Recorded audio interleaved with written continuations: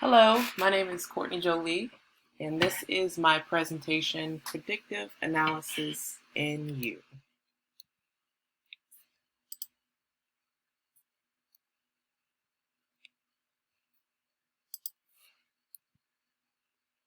Today we will discuss how we can use predictive analysis and machine learning to our advantage. Some topics we'll be talking on is improving the company's customer base, how we can improve operations, how to outperform the competitors, how we can increase our share in the market, as well as the sales, how we're going to refine marketing campaigns and improve our customer service, as well as the risks that can occur during the process. The phrase, "the customer is always right," comes to mind when talking about how we can please our current consumer base. We will focus on four main objectives to improve our customer base. First, we will gather and consolidate all data so it is manageable and easy to spot trends. The gathered data would also have to be in its raw form so that our AIs are able to analyze the provided information. Those machines will also provide us with statistical data as well as provide graphs and models. Once we have all the data we need from the machine learning process, we launch the results and test on a controlled group of customers. The data collected will give us a better idea on what the next steps will be. For example, after reviewing customer behaviors, we will have a better idea of what they want to see on the shelves. It begins a domino effect. We put high demand items on the shelves. More customers will come through and recommend coming to our stores to others.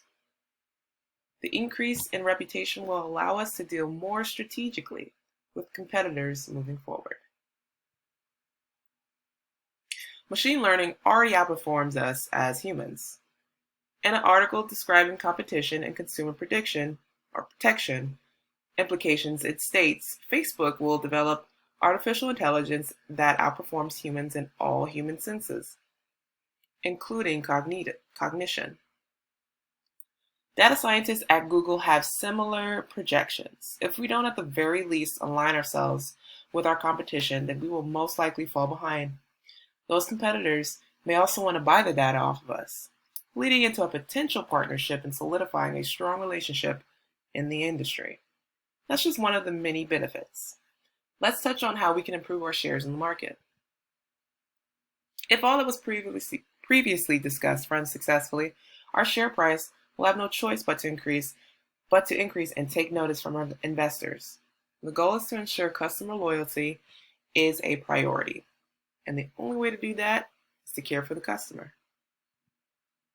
Let's take a look at how data analytics have changed the narrative for other industries. We will use the insurance industry as an example. Their use of implementing data collection across the board have drastically improved operations and customer retention rates. We don't have to reinvent the wheel. Instead, let us utilize ideas that are already out there and, best of all, are working for other large industries.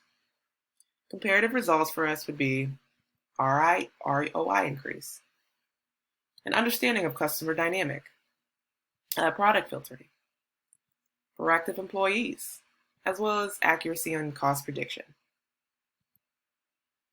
How do we advertise if we don't know what our customers want to see?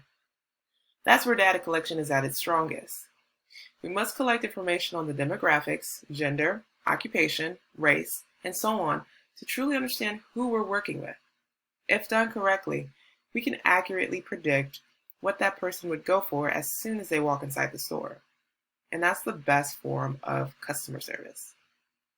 I'll provide another example. A travel company uses predictive modeling to understand the behaviors of their consumer base. The company had to understand the demographics and document all this information using the transaction logs. We can use a similar tactic, and by launching those campaign ideas, see how they are received, and if successful, approve upon them. Let's break down how we will make the masses come to us.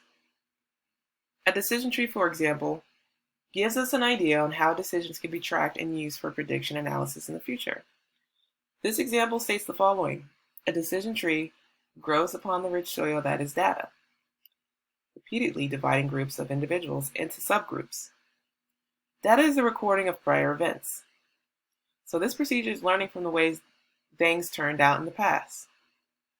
The data determines which variables are used and at what splitting value. Bottom line, decision trees help determine the routines of our customers. This will drastically increase sales and lead to an improvement to the customer service billing. You take a look at this example. The customer will ask themselves, do they like the product? If not, they will simply place it back on the shelf. But if they do, they'll ask a series of other questions, like can they afford this? And if they do buy it, will they recommend it to others? Overall, they will essentially make that purchase. And that's what we want to see.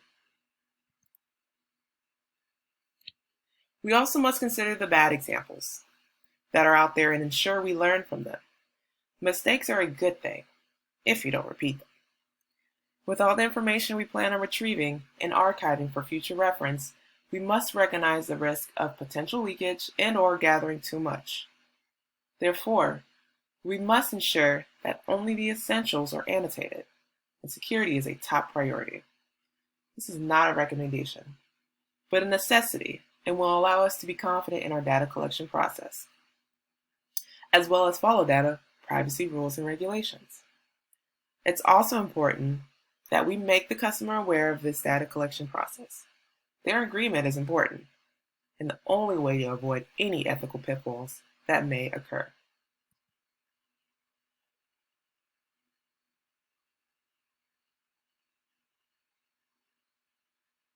Thank you for watching.